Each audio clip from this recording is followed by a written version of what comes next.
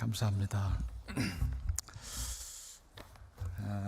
정말 제가 부족한데 이렇게 귀한 자리에 서게 하신 하나님께 모든 영광과 찬송을 올려드립니다. 오늘 금요 기도회죠. 여러분들 기도하러 나오셨는데 시간이 너무 많이 가서 제가 이게 말이 길어지면 어떨까 하는 그런 부담이 사실 많이 처음부터 듭니다. 근데 오늘 그래도 여러분들 마음에 결심을 하고 나오셨으라고 보고, 제가 사실 말을 잘 이렇게 요약을 못해요. 제가 군생활 얘기만 이렇게 하게 되면 또 용어도 생소하고 그래서 모르시는 분도 계실까 조금 염려됩니다만은, 성령께서 모든 걸 다 소통하게 하시니까 여러분들과 저와 함께 오늘 하나가 될 수 있도록 인도하실 줄 믿습니다. 황성수 목사님, 제가 오늘 처음 뵀는데 키도 크시고 참 잘생기셨네요. 네, 여러분들 복이 많으신 것 같습니다. 말씀이야 이루 말할 필요가 없고요. 제가 이성희 장로님한테 너무 많이 소개를 들었기 때문에 오늘 이렇게 뵙고, 또 함께 신앙생활하는 여러분들 참 복된 분들이다 하는 생각을 해봤습니다. 오늘 이 군선교 페스티벌이더라고요. 제가 대한민국 이런 민간 교회에서 이런 제목을 가지고 하는 예배를 드린 교회가 있을까 생각해봤는데 거의 제가 처음인 것 같아요. 너무 감사합니다. 너무 감사하고요. 특별히 25사단을 기도로 물질로 후원해 주고 계신데, 사실 현역 목사님들이 나오시기가 거의 불가능한 상태예요. 근데 오늘 이제 사단 군종 참모 목사님하고 또 여단 목사님 이렇게 두 분이 나오셨고, 군선교사로 계신 분들이 이렇게 많이 나오셔서 정말 어느 때보다도 저는 귀한 자리라고 생각하고, 이런 예배는 또 없었습니다. 앞으로도 쉽진 않은데 너무 감사합니다. 제가 이제 지금부터 말씀드리려고 하는 것은 제 개인적인 군생활 이야기입니다. 많은 이야기를 할 수 있지만 군이라고 하는 특수성 때문에 혹시 제가 말을 실수할까봐 또 해서는 안 될 말도 있을 것 같고, 그런 것들이 있어서 좀 조심스럽습니다만은, 그러나 하나님께서 저와 함께 하신 하나님이기 때문에 그 하나님을 여러분들과 같이 나누고 싶어요. 여러분, 하나님께서 살아계신 분이라는 것을 여러분들이 혹시 확신하시죠? 네, 너무 감사합니다. 저는 이 하나님이 살아계신 분이라고 저는 확실히 믿습니다. 어떻게 하나님은 살아계신 분이라고 믿을 수 있을까요? 정말 이거는 엄청난 고백이라고 저는 생각합니다. 우리가 하나님이 살아계신 분이라고 믿어지는 것, 그건 정말 너무 복된 일이죠. 우리는 성경을 통해서 그걸 알 수 있다고 저는 생각합니다. 성경 말씀 자체가 하나님이시니까 그 말씀을 통해서 하나님 살아계시다는 걸 알 수가 있죠. 그걸 성경을 읽고 그대로 믿어진다면 가장 복된 게 아니겠습니까? 또 하나의 방법은 어떤 방법이 하나님께서 음성을 들려주시든 정말 큰 감동을 주셔서 나와 함께 하신 하나님이구나 하는 것을 확신할 수 있을 때 여러분들은 하나님 살아계심을 날마다 체험할 수 있을 것 같습니다. 세 번째는 여러분들이 어떤 문제를 놓고 간절히 기도할 때 그 기도가 응답되어지는 과정에서 정말 이거 하나님이 아니면 할 수 없었어 라고 고백이 나와지는 경우가 있습니다. 그 하나님, 살아계신 하나님이 아니라면 도저히 있을 수 없는 그런 일들이 나에게 일어나는 거죠. 기도 가운데에서. 저는 오늘 그 세 번째에 대해서 사실은 말씀을 좀 드리고자 합니다. 제가 군선교사로 뜻을 정하여 이렇게 말씀을 드렸는데, 육군사관학교 갈 때 그때는 군선교란 말 잘 안 썼어요. 군복음화 이렇게 그런 용어를 많이 썼는데, 평생 군복음화로 해서 하나님께 써주시면 좋겠다 이런 마음을 가지고 기도하면서 이제 육사를 갔습니다. 저희 집안이 믿는 집안이 아니었는데 제가 고등학교 1학년 때 예수님을 영접하게 됐어요. 제가 예수님을 영접하는 과정이 아주 드라마틱한데 그것까지 다 말씀드리면 너무 시간이 오늘 제한이 돼서 그건 생략하고요. 하여간 안 믿는 가정에서 이렇게 전도를 받을 때 굉장히 제가 그걸 싫어하고 그랬는데 하여간 하나님께서 저를 택하신 것 같아요. 그래서 아까 그 트럼펫으로 그 찬양이 너무 좋았는데 저는 한 사람을 택하셔서 쓰신 하나님, 저를 택하신 것 같아요. 고등학교 1학년 때 예수님을 만나게 됐고 그때부터 제가 어떻게 인생을 사는 것이 하나님 가장 기뻐하시는 인생일까라는 데서 굉장히 고민하며 기도를 하기 시작했어요. 고등학교 1학년이면 어릴 때 아닙니까? 고등학교 1학년 때 인생을 걸 만한 어떤 자기 길을 결정한다고 하는 것은 사실 쉬운 일이 아닙니다. 그러나 성령께서 잡으시면 저는 가능하다고 봅니다. 저는 유치부, 초등부 교사도 한 적이 있는데 그 유초등부 학생들, 중고등부는 말할 것도 없고요. 그 어린 심령들에게도 하나님께서 정말 깊숙이 감동시키고 잡으시면 그 어린아이들도 저는 하나님 주시는 비전을 바라볼 수 있다고 봐요. 그래서 교사들이 너무 중요합니다. 하여간 저는 고등학교 1학년 때 예수님을 영접한 이후에 그런 과정을 통해서 그래 군에 가서 하나님을 전하자. 왜 하필이면 군대일까? 이것도 좀 스토리가 있습니다만은 그렇게 이제 마음을 정했어요. 근데 집안에서는 전부 반대를 했습니다. 왜 육사를 가려고 그러냐, 힘들게. 근데 제가 군 선교를 위해서 가겠습니다라는 말을 할 수가 없었습니다. 안 믿는 가정이니까. 근데 저에게 그런 감동이 오시고 그런 계기가 있었기 때문에 결정을 한 겁니다.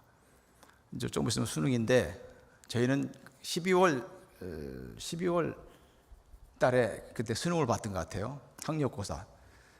근데 저는 3학년 학력고사 본 다음에 그 성적을 가지고 결정한 게 아니고 이미 고등학교 2학년 1학기 때 우리 이성희 장로님이 제 고등학교 친구인데 2학년 1학기 때 1년도 더 남은 그때 육사를 가지고 마음을 먹었어요. 하나님께서 저를 강하게 잡으신 거죠. 그리고 그 준비를 기도하면서 쭉 했습니다. 체력도 길러야 되고. 그렇게 해서 제가 육사에 가서 생활하게 됐는데 하나님께서 어떤 소명을 이루시기 위해서 사람을 만들어가는 과정이 있지 않습니까? 저에게도 그것이 굉장히 혹독한 그런 경험 요소들을 많이 왔습니다. 지금은 그런 분위기가 아니지만 옛날에는 막 그냥 강압적으로 하고 구타도 많이 하고 좀 창피한 얘기지만 이제 군사관학교라고는 정예 장교를 키워낸 학교에서 그런 이상한 일이 많이 있었는데 저희 동기생 한 명은 맞아 죽었어요. 생도 1학년 때 한 달밖에 안 됐는데 하여튼 그런 제가 상상할 수 없었던 그런 과정들을 거치면서 많은 고통 속에 있었고 또 저도 육사를 포기해야 되나? 이런 생각 순간순간 스쳐가는 그런 과정도 있었지만 하나님께서 기도 가운데 늘 단련시키는 그런 경험이 많이 있었습니다. 근데 이렇게 해서 생도 생활을 마쳤는데 사실 생도 생활은 아무것도 아니더라고요. 여러분 장교의 삶이 훨씬 나을 것 같죠? 근데 소위계급장을 다는 순간에 지금까지 생도 생활할 때 겪었던 그런 고난과 고통은 아무것도 아니더라고요. 훨씬 자유로워졌는데 장교로서 삶인데 어떤 환경이 저를 이렇게 힘들게 했을까요? 지금도 군이라고 하는 것이 그렇지만 과거에 좀 이렇게 많이 좀 전근대적인 그런 환경 속에 있었던 아마 오래 전에 군 생활을 경험하신 분들은 금방 아실 겁니다. 어떤 얘기인지. 그런 일들이 저에게 굉장히 많이 이제 다가오게 됐고 그 대부분이 이 기독교 문화하고 반대되는 또 이렇게 신앙을 생활하는 것에 대해서 굉장히 싫어하는 상급자들 이런 동료들 분위기 가운데 살게 되는 거예요. 자, 제가 육사를 나왔습니다. 군선교를 하겠다고 마음을 먹었고 그러면 좋은 보직도 가야 되고 계급도 올라가야 되고 그리고 영향력도 이렇게 자꾸 확장이 돼야 되겠죠. 그럼 저도 똑같이 경쟁을 해서 이렇게 잘 발탁도 돼야 되고 그러는데 현실은 어때요? 현실은 많은 고난이 있고 예수 믿는다는 것 때문에 다른 사람 받지 않아도 될 그런 고난을 계속 받아야 되는 것이죠. 이것이 참 고통스러운 거예요.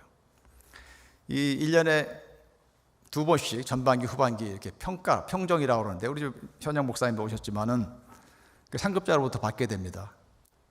그래서 그 쭉 이제 평가를 받을 때 군인답다 아니다 뭐 평가 요소가 많이 있습니다만은 그것이 이제 육군본부에 가면 진급과에 쫙 쌓여요, 이게 데이터로. 그래서 계급이 하나씩 올라갈 때마다 다 끄집어내서 그걸 보고 심사를 해서 이제 하게 되는 것인데 이 상급자라고 하는 것이 1년에 한 번 딱 만나고 교체되고 하거든요. 정을 붙일 일이 사실 쉽지 않습니다. 제가 바뀌든 상급자가 바뀌든 1년에 한 번씩 쭉 교대가 되는 경우가 많은데 그러니까 웬만하면 정말 그 확실하게 눈도장을 찍기가 쉽지 않아요. 그런데 눈에 벗어나는 건 너무 쉽지 않습니까? 뭐 술자리도 많이 있을 것이고 뭐 그다음에 옛날에 조금 좀 부패 요소들도 좀 있었을 것이고 그런 건 저희 신앙 양심하고 다 안 맞는 거 아니에요. 그런 것들을 강요받게 되는 그런 환경에서 제가 살아남아야 되는데 어떻게 합니까? 군생활만 열심히 해서 되는 게 아니더라고요. 여기에서 눈물이 있는 겁니다. 눈물. 하나님께서 눈물을 주시는 것 저는 감사해요. 왜냐하면 이 환경을 저에게 유리하지 않은 그런 환경들을 극복하는 방법은 눈물로 하나님 앞에 매달리는 수밖에 없더라고요. 그리고 하나님 그 눈물을 보셨습니다.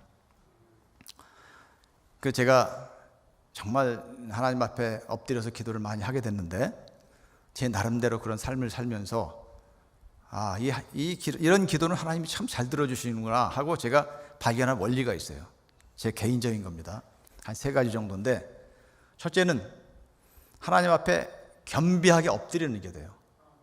나를 다 포기하고 전 아무것도 못합니다. 하나님 이 문제를 해결해 주십시오 하고 하나님 앞에 정말 철저하게 엎드리는, 겸비하게 엎드리는 기도.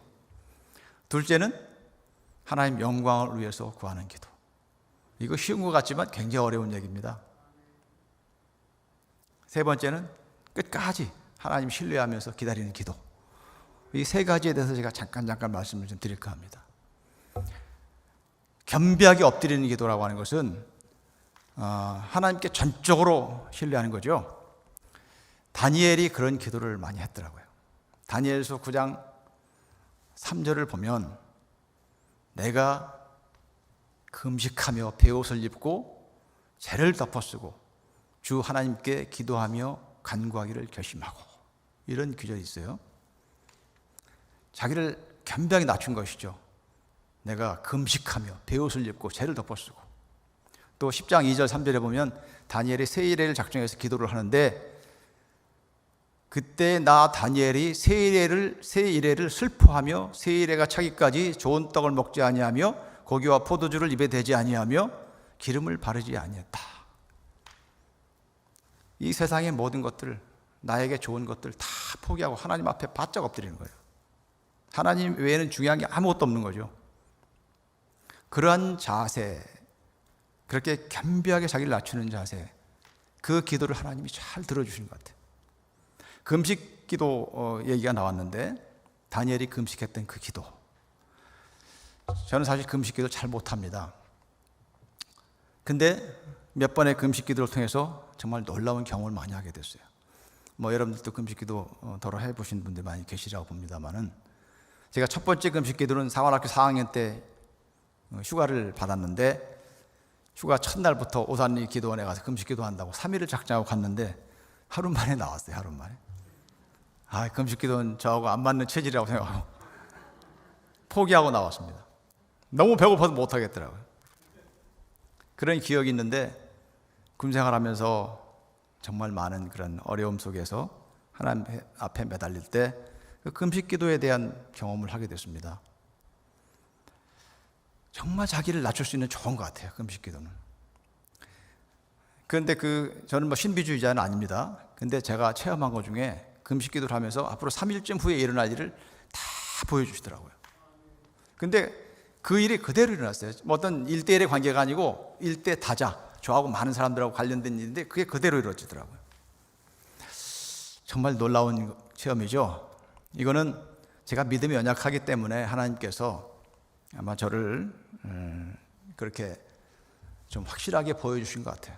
그리고 그 외에도 몇 번의 그런 경험이 있었는데, 자기를 굉장히 낮출 때 하나님께서는 그 기도를 잘 들어주신 것 같습니다. 제가 군 생활하면서 저는 특별히 소대장, 중대장, 대대장, 연대장 뭐 이렇게 장자 들어가는 게 있어요. 지휘관이라고 하는데 어깨에 녹색 견장을 삽니다.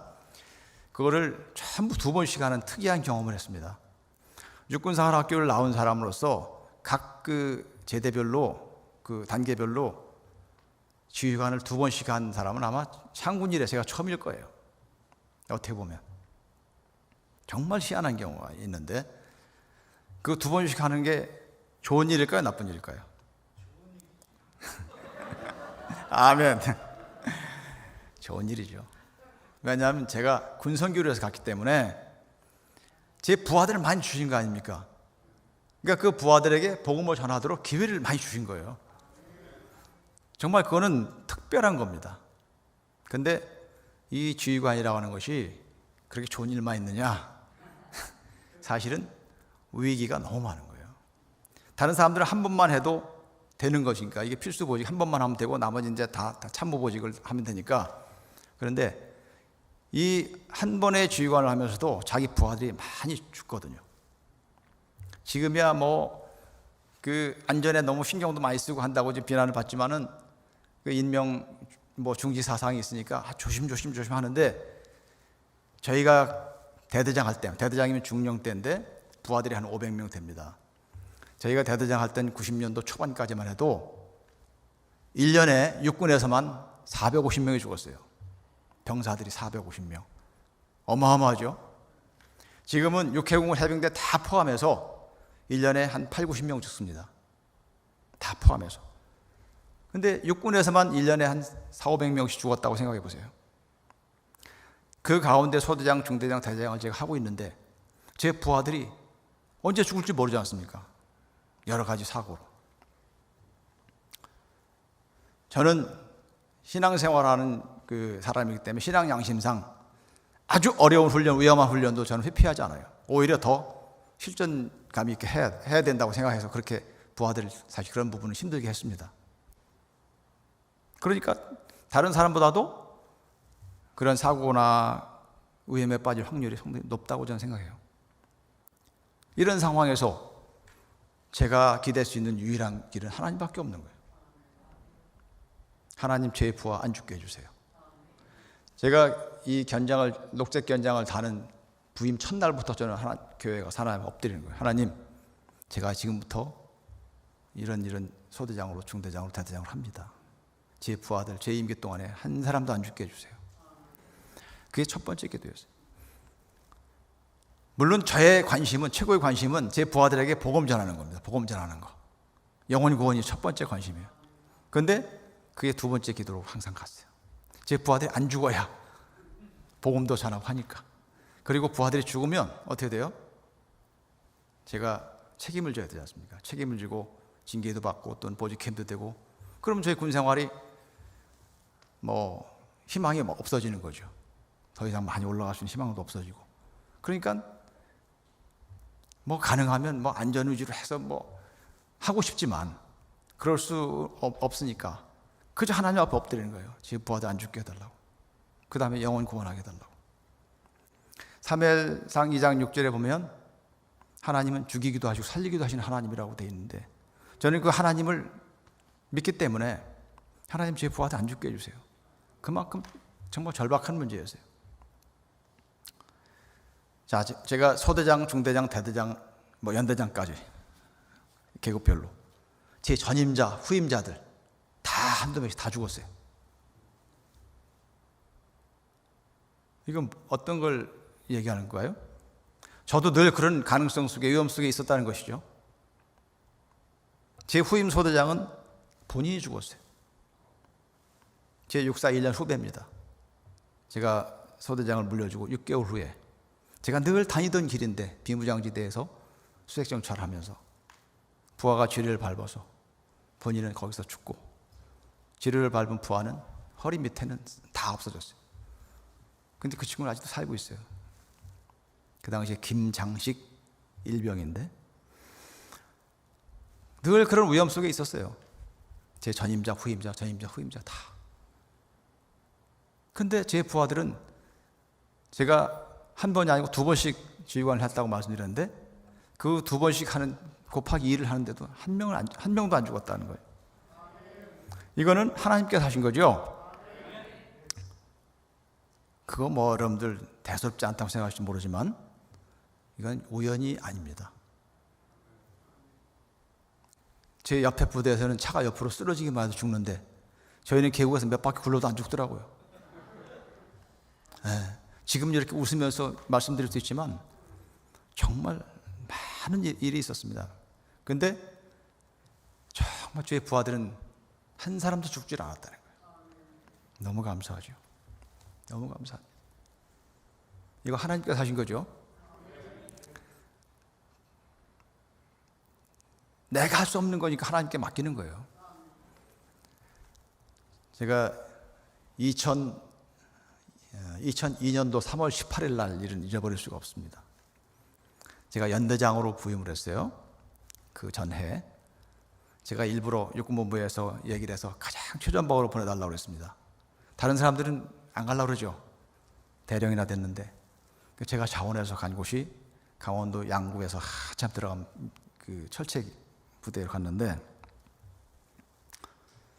그때 이제 몇 개월이 지나서 3월 18일 날 요거보다 좀 1시간 전쯤 한 저녁 8시 좀 넘었는데 늦은 저녁 식사를 하고 있는데 전화벨이 탁 울려요. 부대 전화 울리는 거를 제일 두려워합니다. 야간에 무슨 일이 발생하지 않으면 부대 전화가 올까요? 그 군 전화가 쫙 울리는데 제가 아주 기분이 안 좋았는데 받으니까 대대장 목소리가 막 떨리는데 연대장님 이등병이 모장 탈영을 했습니다. 제가 그 얘기를 듣는 순간에 저도 사람이라 그런지 나도 군대 생활 끝났겠구나, 끝날 수 있겠구나 이런 생각이 제일 먼저 드는 거예요. 그 다음에 다시 이제 정신을 차리면서 이걸 어떻게든지 수습을 해야 되겠다. 그리고 이제 제가 막 전투복을 다시 입고 집차를 타고 올라가는데 거의 1시간 정도를 막 비포장도로도 입고 달려 올라가는데 제가 평상시 같으면 운전병한테 야 좀 빨리 가라 할 텐데 한마디도 안 했어요. 한마디도. 제가 가는 그 시간 동안에 계속 저는 제가 유일하게 할 수 있는 그 시간 할 수 있는 건 기도밖에 없더라고요. 하나님 이제까지 살려주신 하나님 이번에도 살려주십시오. 그 순간만큼 자신을 겸비하게 할 수 있는 순간이 있을까요? 자기의 모든 걸 다 내놓고 회개하고 하나님 이번에도 살려주세요. 그 기도를 하면서 쭉 가는 겁니다. 도착해서 이제 위치를 확인하고 제가 들어가려고 미확인 지르다 철조망이 쭉쭉 쳐져 있는데 그걸 덜쳐 이렇게 들어가려고 머리를 집어넣는데 한 20m 밑에서 수류탄이 빵 터지는 거예요. 그 2등병이 무장 탈영을 했는데 수류탄을 들고 있었고 거기에 소대장, 중대장, 대대장이 이렇게 같이 대치를 하고 있었어요. 불과 한 2, 3m 사이를 두고. 그럼 다 죽을 수 있는 상황이죠. 제가 정신이 없어서 대대장 이름을 크게 불렀습니다. 고정순 중령인데 조용히 대답이 없어요. 그래서 제가 막 깜깜한 밤이니까 랜턴불 켜면서 막 달려 내려갔는데 가니까 그 3명이서 이등병을 막 제압을 하고 있더라고요. 이등병 키가 185입니다. 키가 엄청 큰데 바로 옆에서 수류탄이 터졌는데 정신이 있겠습니까? 그 밤중에 막 이렇게 제압을 하느라고 한 사람도 안 죽었고 한 사람도 안 다쳤어요. 이게 정말 기적이라고 하는 것을 여러분들은 아실 수 있는, 제가 몇 가지만 더 말씀드릴게요. 그 1시간 전에 어떤 일이 있었냐면은 병장하고 이등병이 같이 근무를 쓰는데 통상 병장은 높기 때문에 이등병은 별로 상대를 안 하는데 이 병장의 키가 아주 작아요. 근데 좀 콤플렉스가 있는지 185 정도 되는 이등병한테 막 이제 이렇게 야단을 치다가 뭐 구타도 하고 뭐 이렇게 된 거죠. 근데 잠깐 한눈 파는 사이에 그 이등병이 병장을 이렇게 죽이려고 자기 소총을 들고 촥 하고 이제 실탄을 장전했는데 병장이 깜짝 놀라서 보니까 자기를 겨누고 있단 말이에요. 근데 이 방아쇠를 당겨도 이게 총알이 안 나가요. 왜 그랬을까요? 이 군에 갔다 오신 분 알 텐데 이 탄창에서 총알이 하나 탁탁탁 튀어 올라오는데 이게 장전이 되지 않습니까? 이게 거의 확률이 없는 한 번 10,000분의 1 확률이 될까? 이 용수철이 잘못되면 이게 수직으로 딱 꼽히지 않고 약간 사선으로 꼽혀요. 그럼 총알이 완전히 들어가지 않았기 때문에 방아쇠를 아무리 당겨도 안 나가는 거죠, 총알이. 딱 그 상태가 된 거예요. 그러니까 병장이 깜짝 놀래가지고 야, 인마 너 나 죽이려고 그랬어? 죽여봐. 그리고 그 이등병 총을 빼고 자기 총을 딱 줬어요. 병장이 참 담대하지요. 그러니까 그 기세에 눌려가지고 이등병이 다다다 떨고 있으니까 병장이 발로 팡 차버렸어요. 그러니까 밖으로 막 나가면서 방금 받은 병장 총으로 하늘에다 따다닥 총을 쏩니다. 그리고 아까 그 장소로 이동을 해서 거기서 이제 잠깐 은신을 하면서 내 혼자 죽기가 억울하니까 그 병장에 대해서 쫙 여기다 이제 랜턴불을 켜가면서 수첩에다 적는 거예요. 김병장 너 이 자식 어쩌고저쩌고 하면 적는 거예요. 그 사이에 소대장, 중대장, 대대장이 현장에 딱 도착했는데 이제 그 병장 총으로 자기가 자살을 하려고 이 목에다 대고 총알을 당기는데 방금 나가던 총알이 또 안 나가는 거예요. 이게 참 희한한 일이죠. 방금까지 달라가던 총인데 보니까 그것도 똑같은 그런 현상이 또 나타나는 거예요. 그러니까 이등병이가 당황스러우니까 거기에 대해서 조치를 못하고 아 이거 수류탄으로 죽어야겠구나 수류탄을 딱 잡은 겁니다. 수류탄에는 안전핀이 2개가 있어요. 그 안전핀 2개를 딱 제거하고 잡고 있는데 이걸 딱 놓는 순간에 이 손잡이가 툭 튕겨나가면서 터지는 거예요. 이걸 잡고 거의 1시간 동안을 소대장, 중대장, 대대장하고 대치를 하고 있는 거예요. 생각해 보십시오. 이거 실수해서 놓을 수도 있고 뭐 정말 있을 수 없는 그런 상황이 벌어진 겁니다. 자, 이 3번의 연속적인 상황. 자, 마지막 수류탄은 어떻게 터졌을까요? 이제 대대장 입장에서는 연대장이 도착할 시간이 되니까 1시간 내내 고민하는 거예요. 야, 이거를 설득을 하면서 야, 너 용서해 줄게. 수류탄 내놔라. 병장은 처벌하지. 너는 용서할 거야. 내놔라. 그 이등병이 겁을 먹어가지고 그걸 안 믿는 거예요. 그러니까 아무리 설득해도 안 되니까 대대장이 1시간 내내 설득도 안 되니까 어떻게 했어요? 아, 내가 죽든지 뭐 어떻게든 상황을 끝내야 되겠다. 여러분 군인이라고 하는 것이 이렇게 참 무거운 책임을 지고 있습니다. 그 대대장이 자기가 죽을 걸로 생각하고 죽을 각오를 하고 그 병사를 그냥 밀어버렸어요. 아주 짧은 순간에. 깜깜한 밤이에요. 이렇게 후라시 불로 이렇게 얼굴 확인하고 그런 상황인데 이게 가능하겠습니까?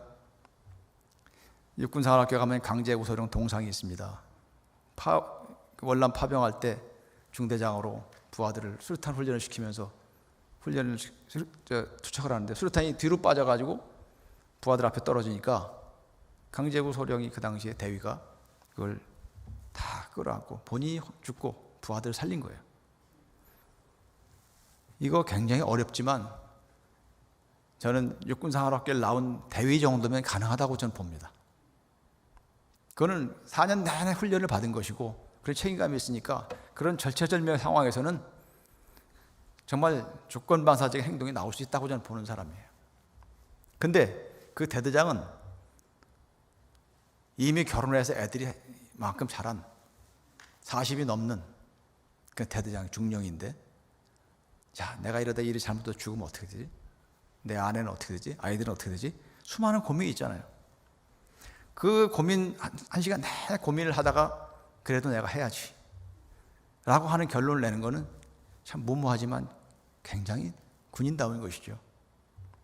근데 그거를 한 겁니다. 저는 나중에 나무랬죠. 야, 너 그거 왜 그랬어? 저는 왜냐하면 제가 현장에 가면 이등병을 설득할 수 있다고 생각했는데 그 대대장이 그걸 못 참은 거예요. 근데 갑자기 밀으니까 그 이등병이 정말 감사하게도 수류탄을 들고 있던 이등병이 뒤로 벌렁 넘어진 거예요. 서로 이렇게 앉아 있었음에도 불구하고 뒤로 벌렁 넘어진 거예요. 그러니까 그때 놓치니까 약간의 경사지를 타고 내려가면서 터진 겁니다. 그걸 그냥 안고 터졌으면 어떻게 됐을까요? 본인도 중대장도 대대장도 다 죽는 거예요. 여기서 저인들 육군 대령 목숨이 뭐 그렇게 견딜 수가 있을까요? 저도 보직 힘들고 군대 생활 끝났겠죠. 거기서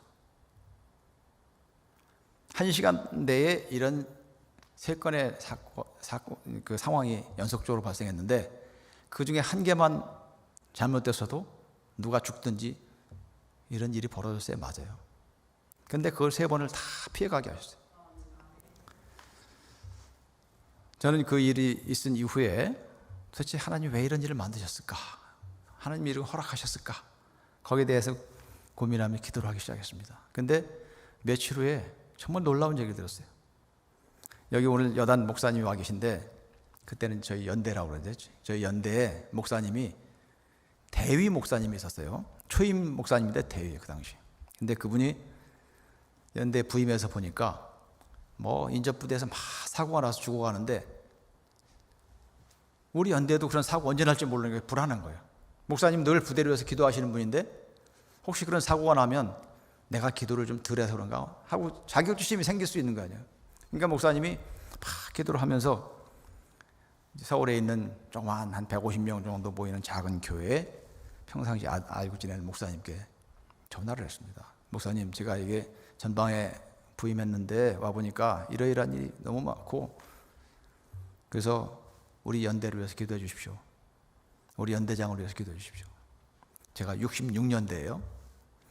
66년대장 김학주 대령 안수집사를 위해서 기도해 달라고. 저는 그 목사님 얼굴도 모릅니다. 그래서 그 목사님이 주일날 강단에서 광고 시간에 선포를 한 거예요. 제가 이런 기도 부탁을 받았는데 이번 한 주간은 우리 66년대와 김학주 연대장을 위해서 기도를 하는 주간으로 하겠습니다. 성도님들 시간이 있으신 분 나와서 기도하시고 그렇지 않은 분들은 다 각자의 처소에서 하십시오.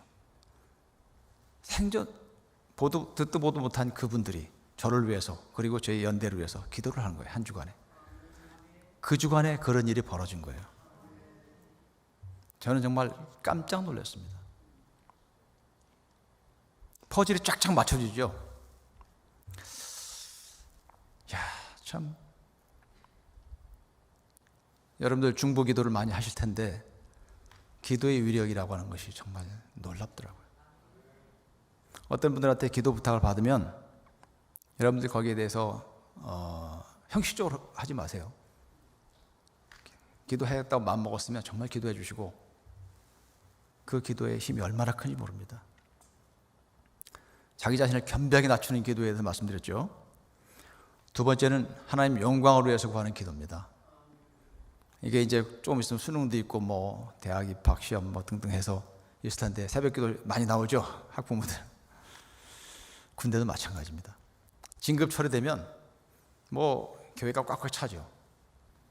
근데 그 기도는 하나님 진급시켜 주십시오. 하나님 영광 올려드리겠습니다. 뭐 이런 거 아니겠습니까?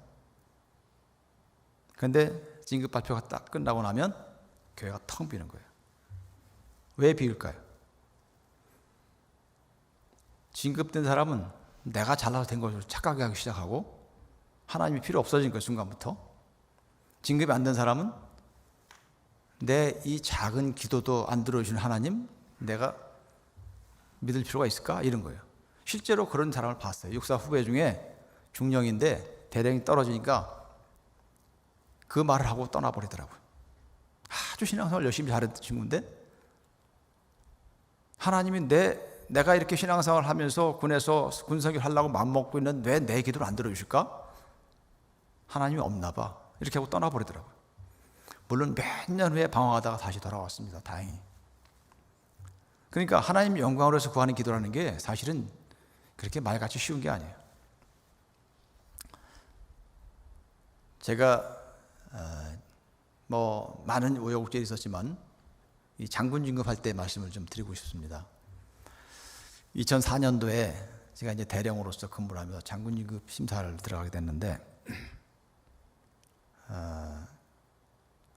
어떤 보직을 받아서 군사령관님 사성장군이 근무하는 부대에 제가 가게 됐어요. 그래서 과장이라고 하는 직책을 받았는데 3월 초에 이제 첫 보직을 받아서 첫 번째 결제판을 들고 군사령관님 앞에 가서 결제를 하러 들어갔습니다.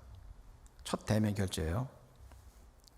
자, 제가 1년 동안 그분하고 잘 생활해서 그분이 저에 대해서 좋게 평가를 해서 좋은 추천을 해줘야 그 해 장군 진급 될까 말까 하는 그런 거예요. 그러니까 굉장히 중요한 만남이죠. 근데 첫 번째 결제를 하러 들어갔는데 제가 20분 동안을 설명을 해도 이분이 이 결제를 안 해주시는 거예요. 제가 막 당황하기 시작하는 거죠. 첫 단추를 잘못 깨도 한참 잘못 깨고 있는 거예요. 제가 막 식은땀이 나기 시작하는 거예요. 그때 하나님께서 저에게 어떤 걸 보여주셨냐면 그 군사령관님 책상에 있는 큰 명패를 보여줬는데 대장 명패가 어마어마하게 큽니다. 거기에 양쪽에 용 2마리가 쫙 있더라고요.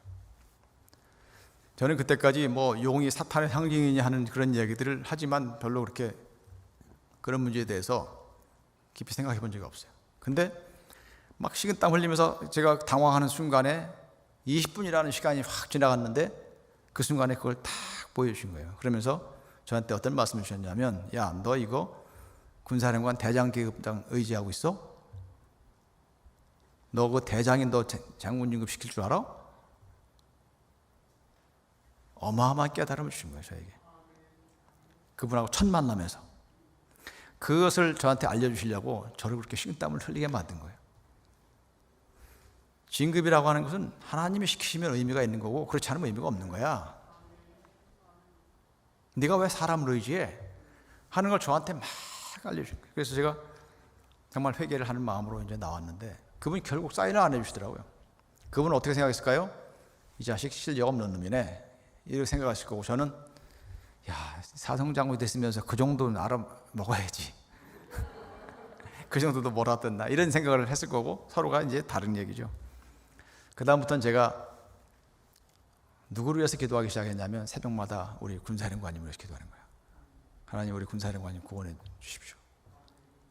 우리 군사령관님이 불교 신자인데 그냥 불교가 아니고 약간 좀 죄송합니다만 샤머니즘적인 그런 빠져 있는 분인데 저하고는 영적으로 정말 안 맞는 분이더라고요. 나중에 알았는데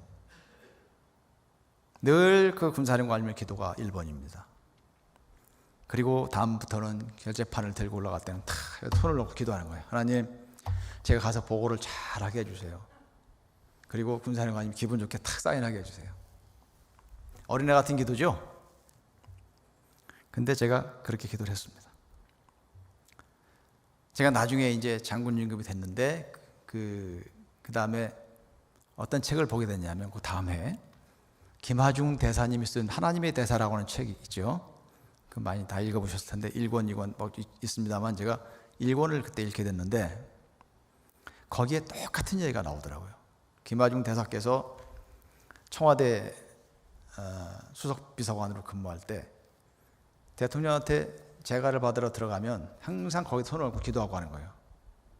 근데 하루는 김대중 대통령인데 앞에 딱 갔는데 아차, 내가 기도를 안 하고 왔네 이런 생각이 들어서 대통령님, 제가 뭐 잊어버린 게 있는데 잠깐 나갔다 오겠습니다.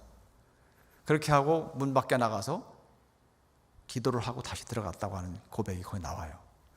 제가 그 책을 읽으면서 제가 1년 전에 경험했던 그 얘기이기 때문에 정말 깊은 감동이 됐습니다. 그분이 그런 심정이었겠구나 하는 생각이 들었어요. 하여튼 그만큼 저는 이 문제를 가지고 사람을 의지하지 않고 하나님을 의지하겠다 이런 마음을 먹고 장군 진급을 왜 하려고 하지? 라고 하는 그 부분을 다시 정립을 하기 시작했어요. 제가 평생 군성을 하겠다고 마음먹었는데 그래, 장군 진급을 해서 하나님 기뻐하시는 그 모습으로 군성교를 하면 더 잘할 거야. 저희 영향력이 더 커지니까. 이걸 놓고 계속 기도를 하기 시작했는데 정말 위태위태하지만 잘 갔어요. 근데 한 9월 중순쯤 됐는데 이제 조금 있으면 장군 진급 심사 한두 달 있으면 들어가는 상황인데 결정적인 문제가 터졌습니다. 여러분, 하나님께서 사람을 쓰실 때는 반드시 테스트를 하시더라고요. 테스트. 저는 그때 테스트인 줄 몰랐는데 나중에 보니까 그런 테스트를 제가 계속 받았더라고요. 감사하게도 잘 통과를 했죠. 어떤 테스트였냐면 그때 아주 중요한 문제를 가지고 토의를 하게 됐는데 군에서는 이걸 전술토의라고 이름을 합니다. 합참의장이 대장 서열 1번이거든요. 합참의장이 주관해서 각 부대를 순회해서 하는데 장군들이 뭐 삼성장군, 사성장군 뭐 많이 오고 뭐 실무자들까지 오는데 거기서 어떤 문제를 놓고 이제 토의를 하기 시작하는 거예요. 그 준비를 제가 맡아서 하게 됐습니다. 제가 한 달 이상을 계속 제가 다른 일을 하면서 그걸 이제 맡아서 기도하면서 준비를 했는데 그게 얼마나 까다로운 거였냐면 이 합참의장이란 분이 이제 자칭 작전의 대가라고 이제 본인이 말씀하시면서 예하부대 나가면 좋은 소리를 하시는 법이 없어요. 무조건 가서 지적하고 소위 말하는 깨놔야지 나의 어떤 그 권위도 나타나고 한 수 가르쳤다고 생각하시는 분이라서 이분이 내려오시면 다들 전전긍긍하는 거예요. 대장이 같은 대장인 부대에 오는데 우리 군사령관님이 굉장히 부담을 가지시는 거예요. 본인이 자존심이 상하니까 많은 사람들 앞에서 그런 지적을 받으며. 그래서 제가 이제 그걸 준비를 하게 됐는데 그날 아침에 새벽에 하나님 앞에 엎드리는 거죠. 하나님, 이제까지 이렇게 다 준비하게 오셨는데 오늘 제가 브리핑을 좀 잘하게 해주세요. 그리고 제가 모자란 점이 있으면 하나님 그 합참의장 누를 좀 가려주세요. 이런 기도를 하게 됐습니다. 근데 하나님 그런 기도를 좋아하시는 것 같아요. 그날 무려 3시간 동안을 제가 브리핑하고 질문받고 토의하고 이렇게 하게 됐는데 다 끝나고 합참의장이 그분 입에서 나올 수 없는 최고의 칭찬이 나왔어요. 야, 이제는 정말 내가 안심해도 될 것 같다. 내가 다른 데 가봤지만 정말 여기 최고 수준이다. 이런 칭찬을 막 하시더라고요. 그러니까 그날 군사령관님이 너무 기분이 좋아요. 사성장군인데도. 합참의장이 가시고 나서 자기 참모들이 다 장군들입니다. 완스타들. 자기 공관에서 이렇게 같이 야, 우리 뭐 한잔 하자. 이렇게 이제 하게 됐습니다. 근데 갑자기 저녁 6시가 넘었는 시간인데 비서실장이 저한테 전화가 왔어요. 비서실장이 대령입니다. 제 후배고. 이 선배님 그 군사령관이 오시랍니다. 내가 왜 거기 가? 그랬더니 이 친구가 저한테 시키지도 않는 일을 한 거예요. 앞으로 한 달 반쯤이면 이제 장군 진급식 다 있으니까 저가 이제 그날 잘 했잖아요. 그러니까 저를 좀 더 이렇게 다시 한번 확실하게 좀 이렇게 해주려고 군사령관님한테 오늘 김학주 대령 고생했는데 같이 부르시죠. 이렇게 된 거예요. 저는 갑자기 나중에 계획도 없던 사람이 가게 됐는데 그 좋은 자리에 다른 대령 계급장을 단 저희 동료였다면 얼마나 막 흥분하고 기분이 좋았겠습니까? 정말 영광이죠, 영광. 근데 저는 그 자리가 어떤 자리인지 알기 때문에 너무너무 싫었어요, 가기가. 저 가지 않아도 될 자리고. 근데 또 부르니까 안 갈 수도 없고. 가는데 아니나 다를까 한 잔씩 하면 기분이 좋으시더라고요. 그래서 야, 너 일로 와. 저한테 술을 주시는데 저는 교회 나갑니다. 저 술을 안 먹습니다. 하고 술잔을 제가 안 받게 됐습니다. 그분이 그 좋았던 그 분위기를 완전히 깨시더라고요. 술잔을 여기다 딱 내려오시면서 저를 째려보시는데 한참을 째려보시더만 야 임마 교회 다닌다고 다 술 안 먹어? 하면서 화를 팍 내시는 거예요. 그분이 기독교인자를 너무 싫어하는데 특히 술 안 먹는 기독교인자를 너무 싫어하는데 완전히 잘못 걸린 거죠 거기서. 그래서 제가 거기서 다 잊지를 못하고 나왔어요. 제가 나오면서 이게 이제 다 끝났구나. 이렇게 고생을 해왔는데, 제가 얼마나 고생을 했냐면요, 여러분 군대에 가면 뭘 그렇게 바쁠까 생각하실지 모르지만, 제가 아침 4시 반에 일어나면 이제 다 샤워를 하고 바로 그 집 옆에 있는 저희 부대 교회로 갑니다. 그 새벽 예배를 드려요. 새벽 예배를 드리고 7시 전에 부대 제자리에 딱 출근해서 앉아 있어요. 아침밥을 부대에서 먹습니다. 1,500원짜리 밥을 사 먹죠. 그 다음에 점심 먹죠. 저녁 먹죠. 그럼 밤 12시까지 일을 합니다. 일거리가 아주 남아있는 거예요. 근데 내일 해야 되기 때문에 오늘 여기까지 하고 정리하고 가면, 집에 가면 12시 반, 씻고 자면 1시쯤 돼요. 그럼 4시 반에 다시 일어나는 거예요. 그걸 1년 내내 똑같은 생활을 했습니다. 하루에 3시간, 3시간 반, 그 생활을 계속 하는 거예요. 그만큼 제가 바쁜 직책에 있었습니다. 그렇게 해왔는데, 또 뭐 업무적으로도 칭찬받을 그런 상황까지 왔는데, 그 모든 것이 다 아무것도 아니더라고요. 아, 이제 다 끝났구나 생각하니까 그냥 하늘이 노랗고. 여러분, 그럴 때 어떻게 합니까? 그러고 나서 일주일쯤 후에 추석 연휴가 있었습니다. 3일간 출근을 하지 않아도 되기 때문에 제가 평상시에도 기도를 했지만, 이 3일 동안 하나님께 매달려야 되겠다 하고 금식 기도를 하려고. 추석 때는 먹을 것도 많이 넘치는데 제가 교회 가서 엎드렸어요. 교회에 아무도 없더라고요. 목사님도 없어요. 저 혼자 계속 3일 내내 교회에서 금식하면서 엎드려 기도하는 거예요. 그동안의 삶이 쫙 군생활을 이렇게 막 이제 회상이 되면서 수많은 그런 그 어려움 속에 하나님 역사하셨던 걸 쭉 생각나게 하시고, 저희 부족함을, 죄를 회개하게 하시고, 너 장군이 그렇게 되고 싶냐? 장군 돼서 어떻게 뭐 하려고 그러냐? 이런 걸 계속 하나님 이제 물어보시는 거예요, 저에게. 제가 답변을 해야 되죠. 하나님 영광으로 해서 하고 싶습니다. 제가 하나님 영광으로 위한 기도라고 그랬는데 하나님께서요, 정말 이 작은 자의 기도를 들으시는데 어떻게 들으시냐 하면, 그 추석 연휴가 끝나고 나서 한 일주일쯤 됐는데 육군본부에서 공문이 하나 내려왔습니다. 어떤 공문이냐면, 이제 그해 뭐 중령 대령까지 진급이 다 끝났습니다. 그리고 이제 장군 진급만 남았는데, 그때 공문이 하나 툭 내려왔는데, 올해 장군 진급에는 지휘관들 지휘 추천을 반영하지 않겠다는 거예요. 이런 일은 있을 수가 없는 일입니다. 대령 진급까지는 전부 그 진급 방침대로 지휘관들 지휘 추천을 다 적용해서 했죠. 이제 장군 심사만 남았습니다.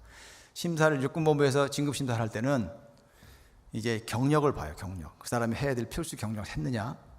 두 번째는 매년 이렇게 받는, 상급자로부터 받는 평정 결과를, 뭐 상중하 뭐 써 있는 것들을 이제 쫙 쌓여간다고 그랬지 않습니까? 그거를 봅니다. 또 세 번째는 뭘 보냐면 교육 성적을 봐요. 저희가 계속 보수 교육도 받게 되는데 거기서 뭐 몇 등을 했느냐, 뭐 이런 것도 중요하죠. 근데 결정적으로 그런 것들이 다 비슷할 때는 가장 중요한 요소가 뭐냐면, 그해 그 장군급 지휘관들이 자기 밑에 있는 부하들을 서열을 쫙 올립니다. 저희 군사령부에는 그해 장군 진급을 하고 싶어하는 대령이 50명이 넘었어요. 그 중에서 서열을 쫙 매겨서 올리는 거예요. 그럼 거기서 1번, 2번 차 올라오면 각급 부대 다 올라오니까 그 중에서 다시 심사를 하겠죠. 그런 겁니다. 그러니까 이 서열이 굉장히 결정적입니다. 여기서 서열을 못 받아버리면 아예 다른 게 좋아도 굉장히 그 평가가 낮아질 수밖에 없는 겁니다. 근데 그 결정적인 요소를 반영을 하지 않겠다고 하는 것은 있을 수 없는 얘기죠. 이건 말이 안 되는 얘기입니다. 참모총장이 왜 그런 결정을 했을까? 왜 그랬을까요? 하나님이 시키신 거죠. 저는 그렇게 믿습니다. 왜냐하면 그 다음에 다시 원위치됐기 때문에. 그 방침이 다음에 원위치된 이유가 뭐겠습니까? 전부 삼성장군, 사성장군들이 다 반발을 한 거예요. 반발. 아니 내가 1년 동안 이렇게 고생시켰고 그중에서 좀 실력이 있다고 생각해 내가 서열을 올려보내는 건 규정이 있는 거고 그 추천하는 건 우리 지휘 권한이고 그중에서 진급시키냐 안 시키는 건 참모총장 권한이지만 왜 우리 권한까지 못하게 만드냐 하고 막 반발하니까 그 다음에 싹 없어졌어요. 다시 원해주지. 육군 진급사에 장군 진급할 때 추천 서열이 반영되지 않은 유일한 하나입니다. 그 해가. 제가 장군 진급이 됐겠습니까? 안 됐겠습니까? 하나님은 참 묘하게 역사하시는 분이에요. 그날 장군 진급이 됐습니다. 그 해. 제가 장군 진급 발표를 한 날 이렇게 퇴근을 좀 늦게 했는데 집에 가보니까 군인 아파트 18평짜리 조그만데 거기에 거실에 꽃바구니가 꽉 차 있어요. 얼마나 아름다운지, 향기는 얼마나 좋은지요. 근데 제가 그걸 보는 순간에 어떤 생각이 들었을까요? 아, 저거 빨리 치워야 되겠다. 왜냐하면 그날 낮 12시에 진급 발표가 났는데 그 전까지는 전 장군이 아니에요. 장군 될지도 안 될지도 모르고 그것 때문에 계속 기도하고 있는 입장이었어요. 12시 이후에 장군이 됐습니다. 좀 달라진 게 뭐가 있어요 도대체? 안 될 수 있는 사람이 됐다는 거 외에는 달라진 게 없잖아요. 근데 그 꽃바구니를 딱 보고 있으면 저에게 어떤 마음이 드냐면 제가 막 높아지는 거예요. 제가 기분이 너무 좋아지는 거예요. 저는 하나님 기분 좋으시라고 했는데 하나님이 기뻐하시라고 기도했는데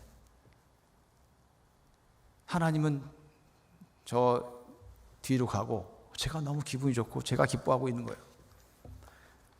사람은 다 똑같습니다. 그래서 우리가 죄를 지을 수 있는 환경으로 가면 안 되는 거죠. 연약한 존재이기 때문에 아까 어제 생각했던 거하고 지금 순간으로 자꾸 바뀌는 거예요. 사람이죠. 제가 목사님께 전화를 드리고 허락을 받고 꽃바구니 큰 거는 교회 본당에 다 갖다 놨어요. 작은 거는 교육관 목사님 방에 그날 다 치워버렸어요. 제가 하나님 영광으로 해서 구했기 때문에 그건 하나님 겁니다. 저는 대장은 못 됐습니다. 저희 동기생 중 대장이 둘이 나왔는데 삼성장군 높은 거죠. 근데 제가 장군이 안 돼도 전 좋아요. 하나님께서 그렇게 쓰셨을 거니까. 근데 저는 하나님 영광으로 구한다고 하면서 그 영광을 자기가 취한 사람들이 나중에 오히려 그것이 엄청난 재앙이 된 경우를 너무 많이 봤습니다. 너무 많이 봤어요. 누구누구 개인을 얘기하면 그 사람이 인신공격이 될 수 있고 해서 제가 말씀을 안 드리겠습니다만은 장로인 사람이 대장이 됐는데 막 술 먹고 하다가 문제가 되고 안 되니만 못하죠. 술 얘기가 계속 나오는데 혹시 이것 때문에 상처받는 분이 없으시길 바랍니다. 제가 술 먹는 거에 대해서 정죄하는 사람이 아니에요. 어떻게 보면 군대에서 좀 필요할 수도 있는 거예요. 사기를 위해서. 제가 하나님 앞에 매달릴 때 정말 정결하고 겸비한 마음으로 하나님의 응답을 받는 사람이 어떻게 술을 먹어요? 저는 그걸 말씀드리는 거지 여러분들의 어떤 생활에 대해서 그걸 정죄하는 게 아닙니다. 오해하시면 안 돼요. 하나님의 기도의 응답을 기다리는 사람은 철저하게 하나님 중심으로 서야 됩니다. 세 번째는, 첫 번째는 자기를 겸비하게 낮추는 기도. 두 번째는 하나님 영광을 수고하는 기도라고 했어요.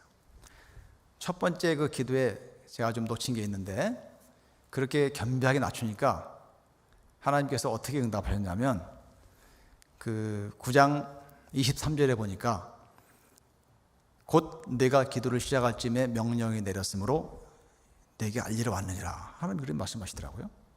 곧 내가 기도를 시작할 쯤에 다니엘이 금식기도 했잖아요. 또 10장 12절에 보니까 내가 깨달으려 하여 네 하나님 앞에 스스로 겸비하게 하기로 결심하던 첫날부터 네 말이 응답받았으므로 네 말로 말미암아 왔느니라. 제가 여기에 굉장히 은혜를 받았어요. 저는 기도를 시작할 즈음에 첫날부터 다니엘이 세일회를 작정하고 기도했는데 첫날에 응답하시는 거예요. 첫날에. 그것이 우리 눈에 보이는 거는 좀 늦을지 몰라요.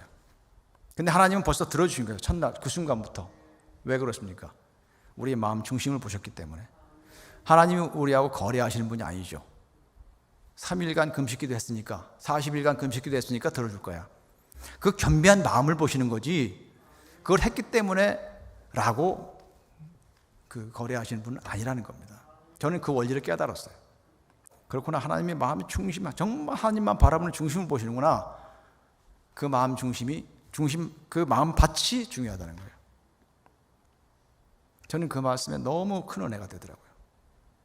자, 그래서 세 번째, 하나님 응답을 잘 응답해 주는 기도. 세 번째, 끝까지 인내하며 기다리는 기도. 딱 그거예요. 지금 당장은 안 보이지만 끝까지 기다리는 거. 이미 들어주신 하나님이니까.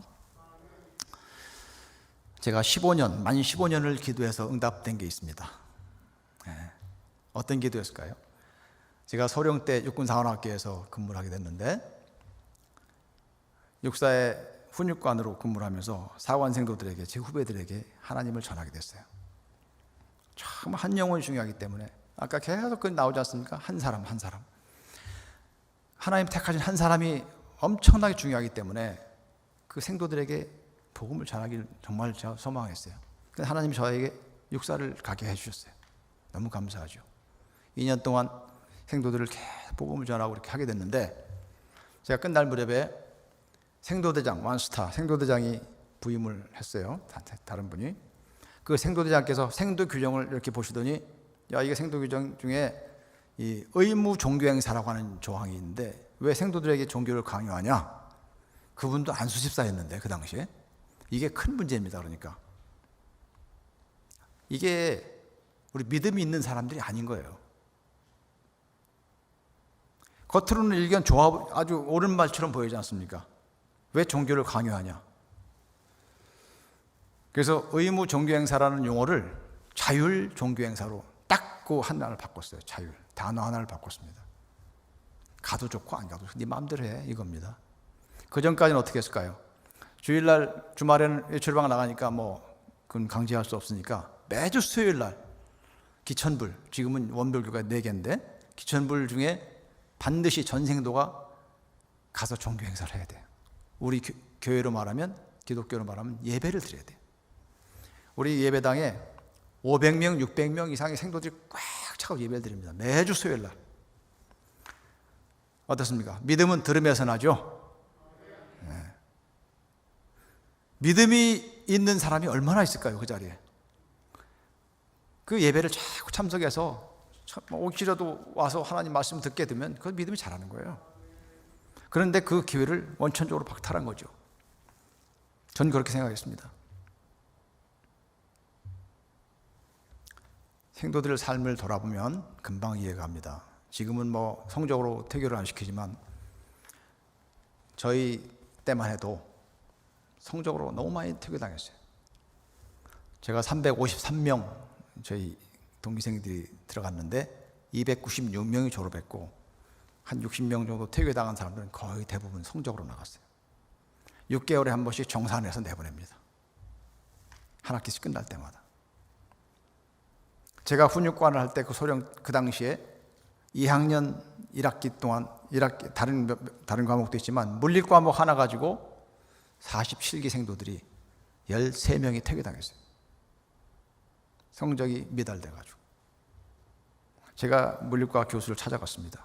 그 과장이 대령이었고 장로님이었어요. 그래서 따졌어요, 제가. 아니, 육군사관학교가 무슨 물리학자를 만들어내는 곳입니까? 근데 그분이 그러시더라고요. 물리는 모든 학문의 기본이야. 이 기가 막힌 말 한마디로 딱 잘라버리시더라고요.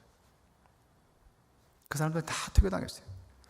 그러니까 생도들이 이 성적에 대한 부담이 엄청나게 큰 겁니다. 그리고 매월 이렇게 시험을 계속 보는데 이 벽에다가 성적을 쫙 붙여놔요. 영어 1등부터 꼴찌까지, 수학 1등부터 꼴찌까지 쫙 붙여놓고 한 달에 한 번씩 반을 바꿔줍니다. 한 10명씩 20명씩 들어가면 서열별로 딱딱 잘라서 거기 그만 찾아가 돼 있어요. 과목마다 가면 그 자리에 또 쫙 성적대로 맨 앞에서 또 앉아요. 무한 경쟁을 시키는 거죠, 동기생끼리.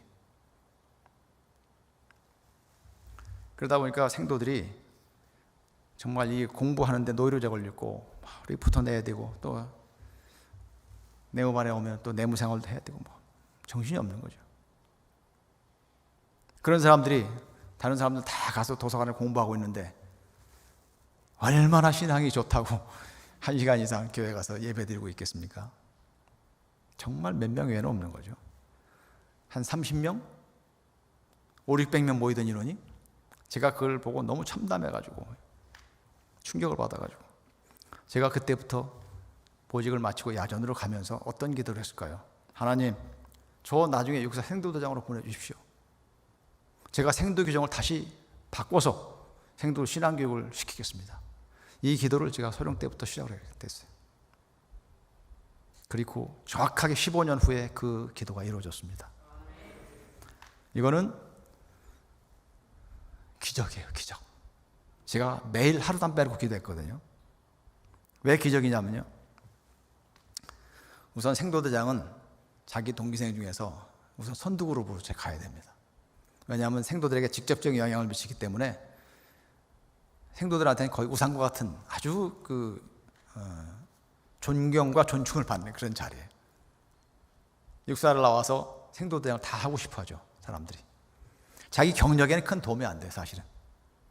근데 후배들을 지도하니까 얼마나 영광된 겁니까? 근데 장군직을 이렇게 선두를 해야 되는데 장군 고사하고 중령이 될지 대령이 될지도 모르지 않습니까, 저희가? 근데 하나님께서 그렇게 선두로 올라가게 하셔가지고 장군이 되게 하셨습니다. 제가 첫 해에 13명이 완스타로 진급을 했는데, 그럼 13명 중에서 누구 하나 갈 텐데 제가 간다는 보장이 어디 있어요? 누구 쫓아다닙니까? 전 보내달라고? 저는 하나님께 기도하면 했지 사람 쫓아다니면서 저 어디 좀 보내주십시오 해본 적이 없어요. 그거는 신앙 양심으로 안 맞다고 생각했고, 저거 좋아 보이지만 거기 간다고 하는 것이 저에게 정말 득이 될지 안 될지는 모르는 거지 않습니까? 하나님만 아시는 건데 제가 눈에 좋아 보이는 곳을 어떻게 가서 쫓아다니면서 갑니까? 가고 싶으면 하나님께 묻는 거예요. 하나님, 제가 가고 싶은데 제가 가도 되면 하나님께서 보내주십시오. 그러면 묘하게 하나님 인도하시더라고요. 어떤 사람은 그래요. 야, 너 사람을 찾아다니는 것도 그것도 괜찮은 거야, 좋은 거야. 기도하면서 찾아가 그러더라고요. 기도하면서 찾아가. 근데 저는 저에게 좀 가혹한 기준을 적용했습니다. 기도하면 했지 사람을 왜 찾아가냐. 그럼 묘하게도 저를 찾으셔요. 어떤 영향을 미칠 수 있는 분들이, 야, 다른 사람들 다 찾아오는데 왜 쟤는 안 찾아오냐? 저한테 연락이 오시더라고요. 그런 방법을 하는 역사하신 거예요. 그래서 제가 아까 말씀드린 대로 장군도 됐습니다. 얼마나 기분이 좋았겠습니까? 제가 평생 15년간을 기도해오는 기도가 구분응선까지 왔는데, 아, 이제 생도대장 보내주시겠네, 이런 믿음이 생기는 거예요. 제가. 근데 저에게 첫 번째 보직을 뭘 주셨냐면, 저 동해안에 있는 8군단 참모장으로 보직을 주셨습니다. 그래도 제가 실망하지 않았어요. 1년에 장군 인사를 봄, 가을에 2번씩 하는데 뭐 내년 봄에 4월 인사에 보내주시겠지, 이런 마음으로 가서 근무를 하게 되는 거예요. 근데 3월 달에 저희 동기생이 한 명 자기 아내하고 거기 놀러 왔어요. 저하고 같이 장군 임금을 했는데, 장군들이 주말에 어디 뭐 맘대로 못 다니는데 이 13명 중에서 유일하게 자유가 보장된 친구가 하나 있었어요. 누구냐면 국방대학교 학생으로 들어간 사람. 장군 진급하면 한 명을 학생으로 들어보내거든요. 근데 그 친구는 청와대에서 진급을 하고 나와서 국방대 학생으로 들어갔어요. 그러니까 주말에는 뭐 어디 뭐 아무 데나 다닐 수 있는 거죠. 그래서 동해안으로 놀러 오게 됐어요, 3월 달에. 그래서 제가 이제 제 손님이니까 밥을 사주면서 얘기를 하게 됐는데, 그 친구가 이제 청와대에 있다 나왔으니까 막 다 알지 않습니까? 뭐라고 하냐면 저에게 밥을 먹으면서, 야, 한 달 후에는 사성장군 인사가 있을 거야. 그리고 참모총장이 바뀔 건데 저를 가리키면서 네가 육군본부 비서실장 가면 좋겠어 그러는 거예요. 육군본부 비서실장은 참모총장이 지명하는 자리고 굉장히 아주 좋은 자리죠. 지명도가 높아지고 나중에 투스타 진급할 때, 사단장 나갈 때 예외 없이 일본으로 나가는 자리입니다. 거기는 굉장히 가고 싶어하는 자리고 네임밸류가 확 높아지는 자리죠. 근데 저를 이렇게 가리키면서 그렇게 얘기하는 거예요. 근데 제가 그 말을 듣는 순간에 바로 뭐 깊이 생각할 그런 것도 없이 야, 나 그런 거 시켜줘도 안 해. 딱 잘랐어요. 그러면서 제가 뭐라고 했냐면 나는 15년간 기도해온 게 있다. 그랬더니 이 친구는 안 놀래는데 그 아내가 깜짝 놀라는 거예요. 아, 무슨 기도를 15년이나 합니까? 그 아내가 옛날 신학대에 나와서 전도사도 했었어요. 처녀 때. 그러니까 자기 남편은 신앙이 좀 못 따라가는데 본인이 늘 그것 때문에 기도 제목인데 제 얘기를 들으니까 뭐 깜짝 놀라는 거죠. 그래서 제가 이제 그 얘기를 쭉 해주면서 당신들도 기도 좀 해주시오 이렇게 이제 부탁을 제 동기생한테 한 겁니다. 그 다음에 제가 뭐라고 얘기했냐면 그 친구한테 비서실장은 네가 가면 좋겠어. 제가 이렇게 얘기를 했습니다. 자, 한 달 후가 됐어요. 한 달 후.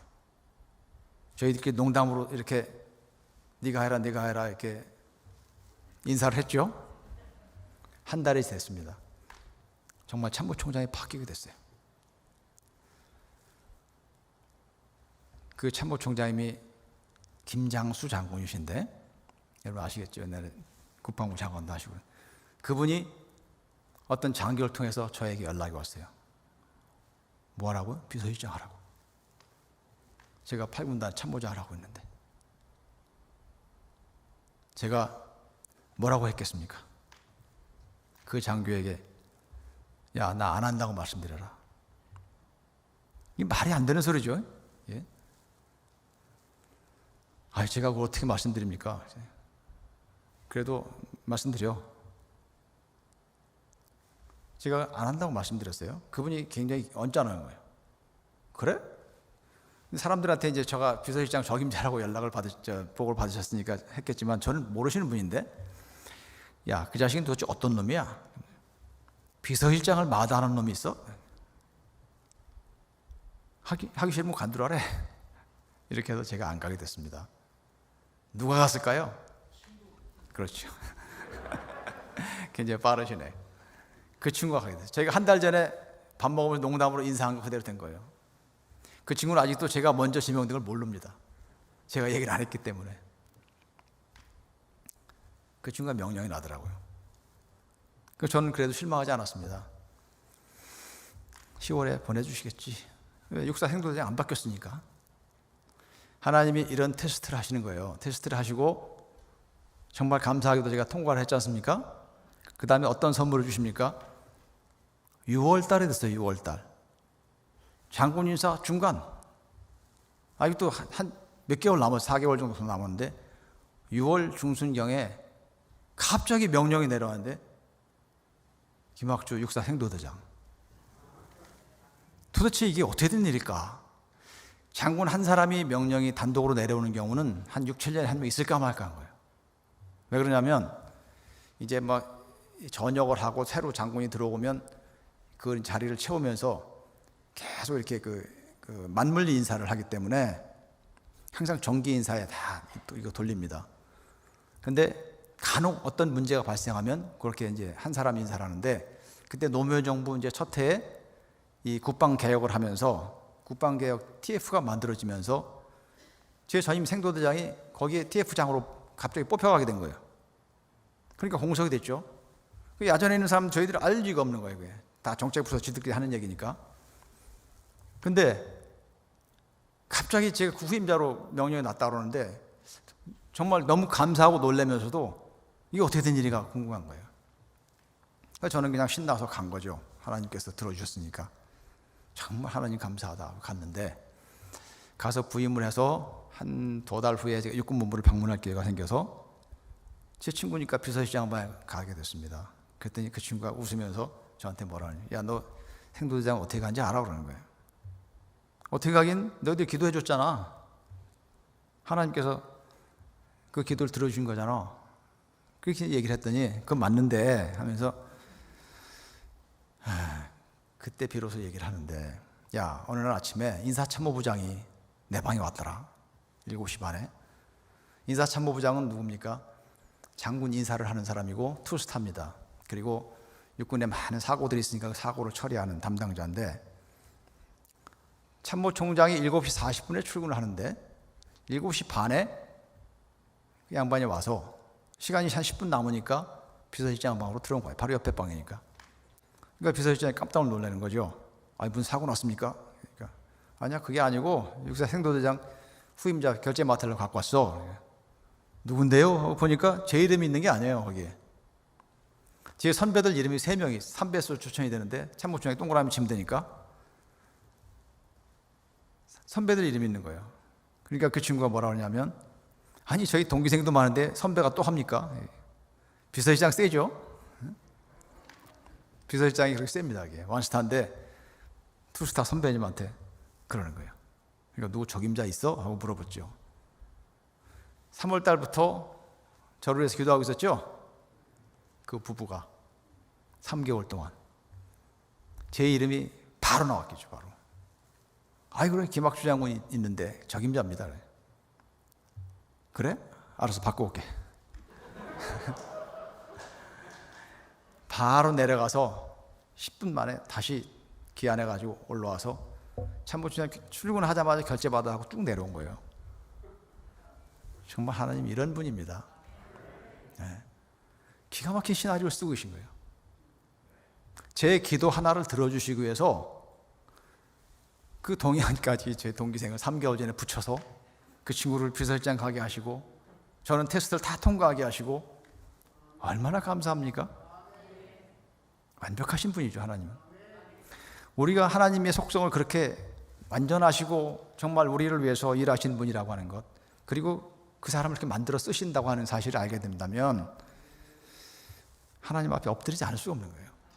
그리고 신앙생활은 이렇게 재밌는 겁니다.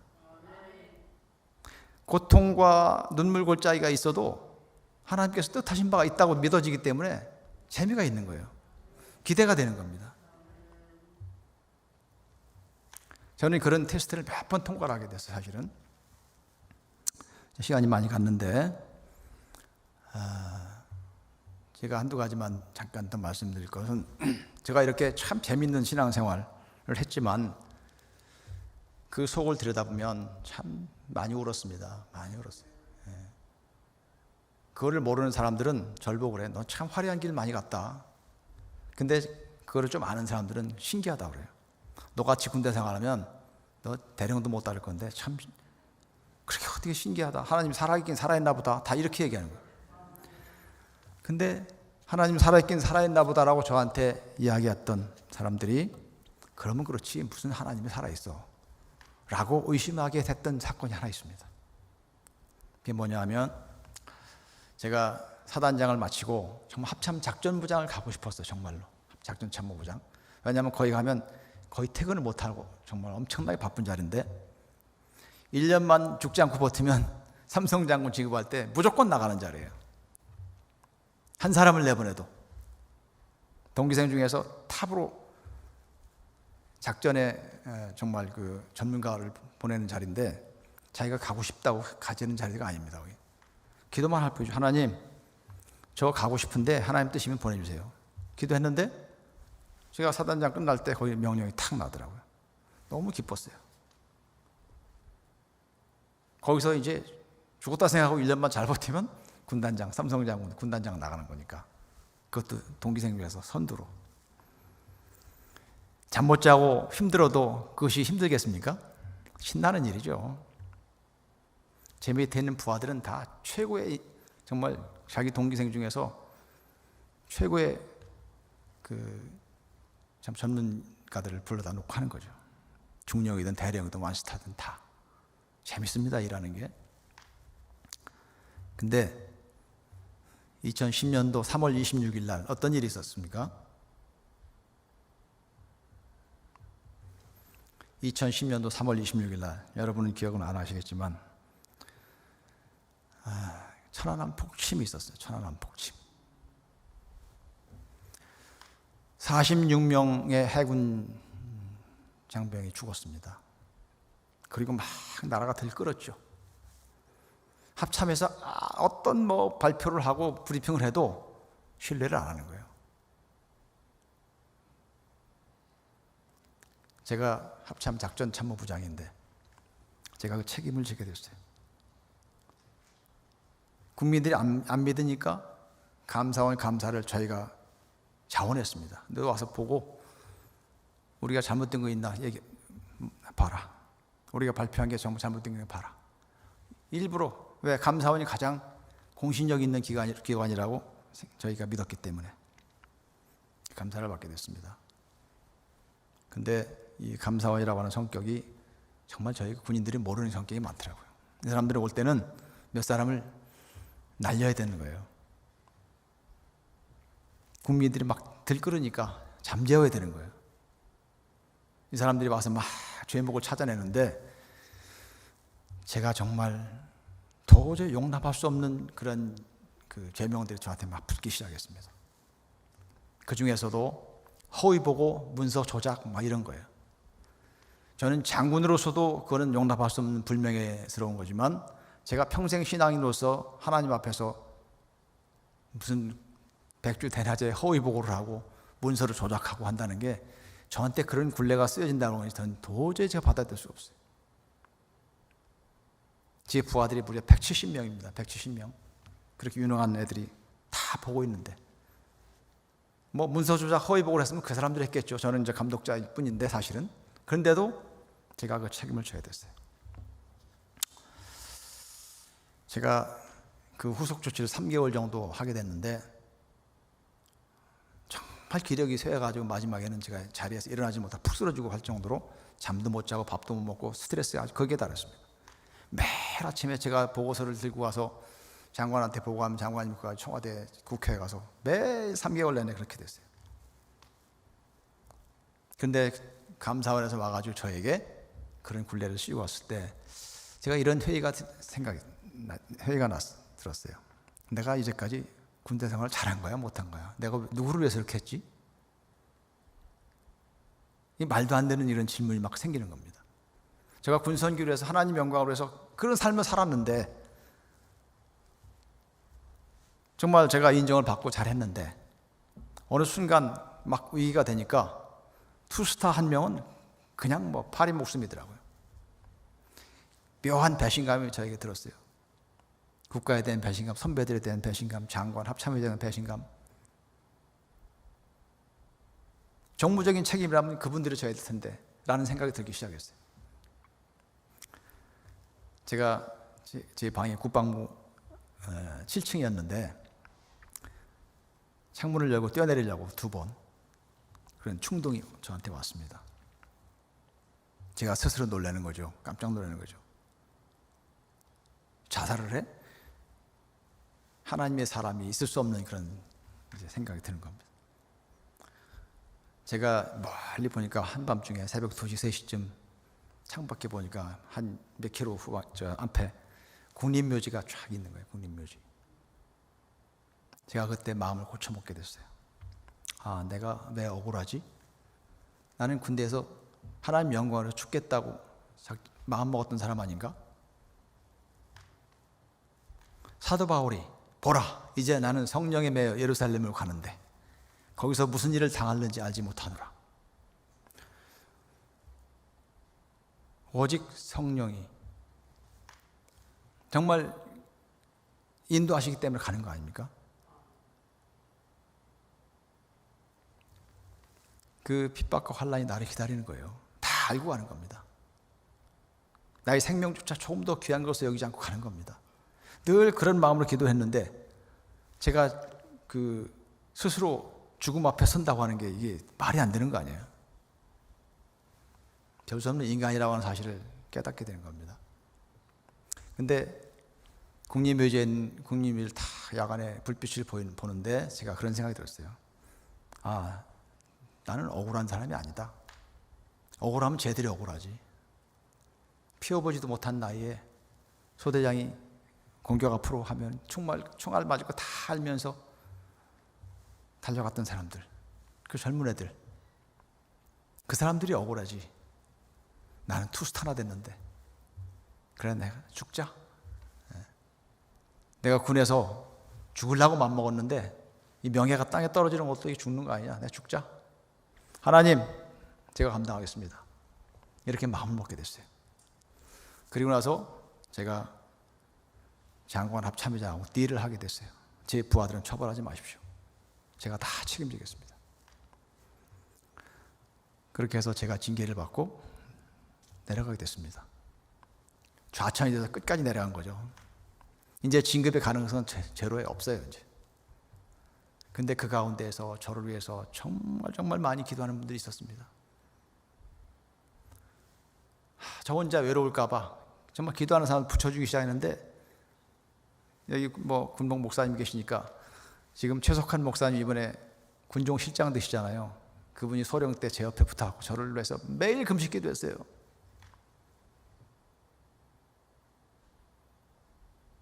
자신의 문제가 아니고 남을 위해서 금식 기도하는 사람들 옆에 막 붙여줬고, 또 한 장로님은 그 당시에 대령, 김부대 대령이었는데, 저는 그 골프장에 있어서 나인홀 다른 사람들 골프 치는데 토요일 날 안 나타나는 거예요. 뭐 했어요? 그러더니 제가 하루 종일 기도했습니다. 제 후배인데 제가 장로님을 놓고 하루 종일 기도했다. 도대체 하나님이 살아계시면 왜 장로님 저렇게 땅에 떨어지게 합니까? 하나님 뜻이 뭡니까? 그걸 알아야 되겠습니다. 알려주십시오. 이 기도했다는 거예요.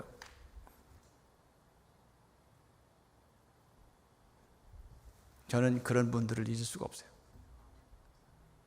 하나님이 그 기도를 하게 만드시는데, 하여간 제가 진급이 될 수가 없죠. 1차로 떨어지고 2차로 떨어지고, 저희들은 2차만 딱 기회가 있습니다. 2차만. 근데 그 기도하는 장로님이 그러는 거예요. 기도를 해보면, 야 기다려봐, 김학주 장로는 달라, 좀 기다려봐. 계속 그러신다요. 저한테 그 얘기를 계속 해줬어요. 그 기도하는 분이. 근데 마지막 3차는 없는 건데 3차에 제가 한 명 딱 끼더라고요. 삼성장군으로. 그래서 저는 후배들하고 같이 군단장 나갔습니다.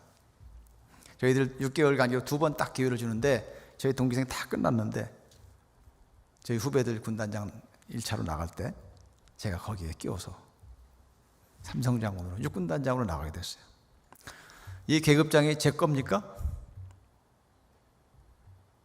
저는 다 됐습니다. 하나님 이대로 쓰십시오. 다 신앙적으로 정리가 됐죠. 근데 하나님이 하나 더 붙여주셨어요. 이 계급장이 지금까지도 아니었지만 삼성장군 계급장은 제 게 아니죠. 하나님 겁니다. 하나님 거. 저는 최고로 행복한 군 생활을 하게 됐어요. 왜? 하나님께 더 물어주신 거니까.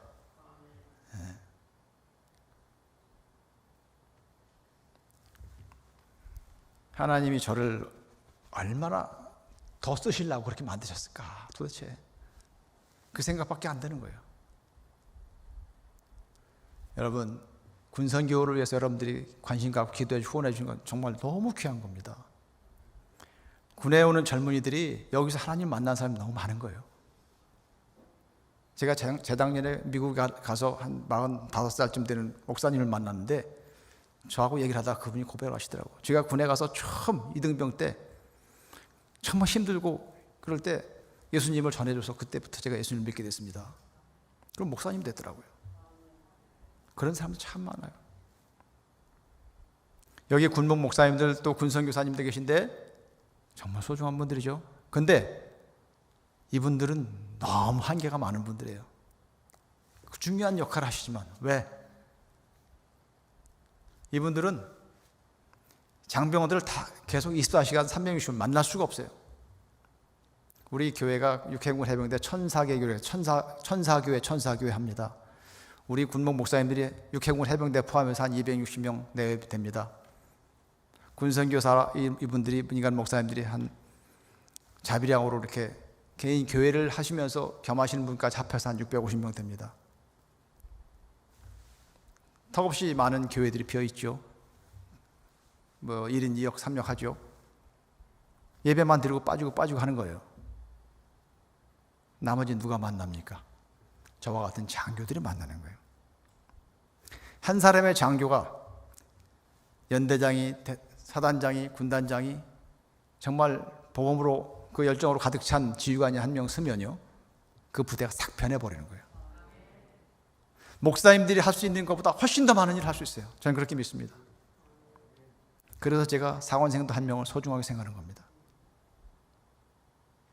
지휘관이 정말 사랑으로 부하들을 대하면, 야, 내가 믿는 하나님이야, 가자. 그럼 교회 오는 거예요. 그래서 이 지휘관들, 장교들, 또 부사관들, 이런 사람들이 이 목사님들하고 잘 협력하는 게 정말 중요한 겁니다. 그 사람들이 군에 있습니다. 여러분들 기도해 주십시오.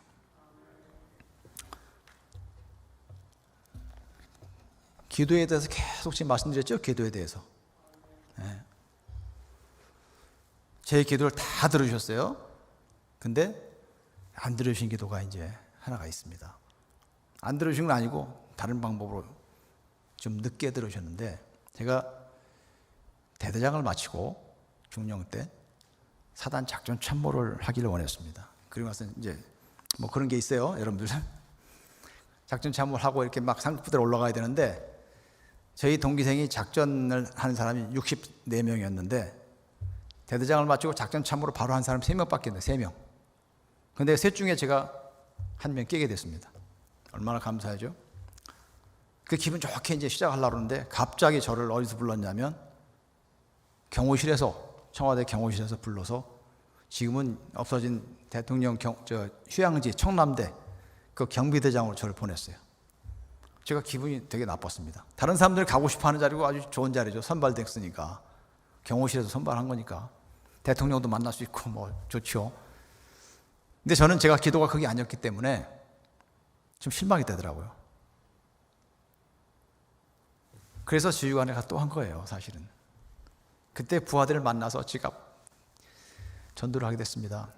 제가 왜 거기를 보내셨는지 가서 금방 알게 됐어요.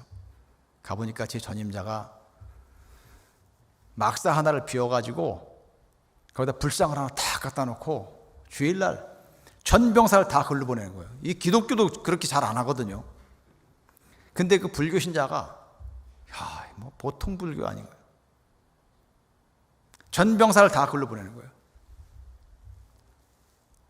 기독교도 뭐든 다.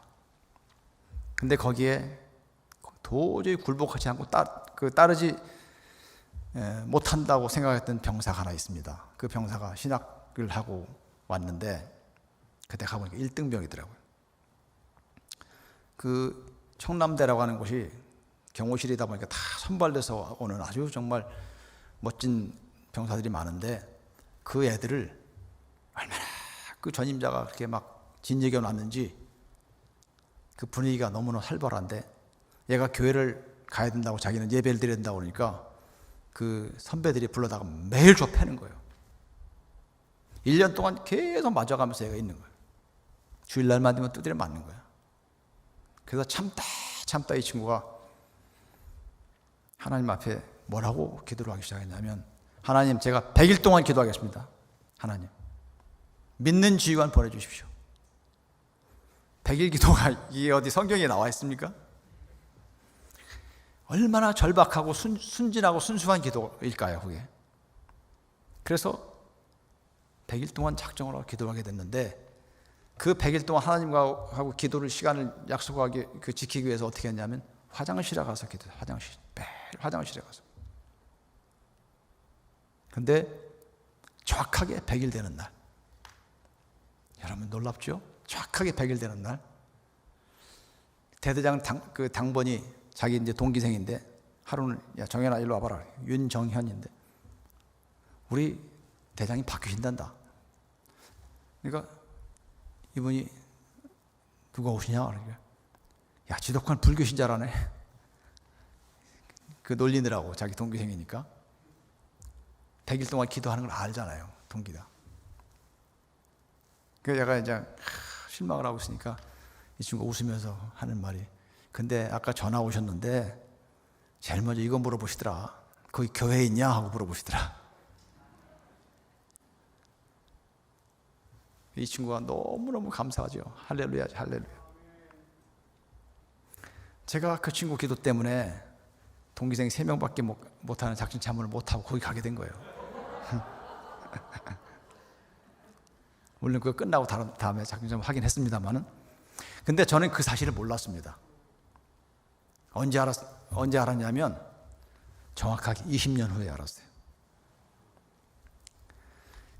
제가 94년도에 거길 갔는데 2014년도에 제가 전역하기 하는 그 해 마지막 보직을 이천에 있는 헬리콥터 하는 육군 항공작전 사령을 하게 됐어요.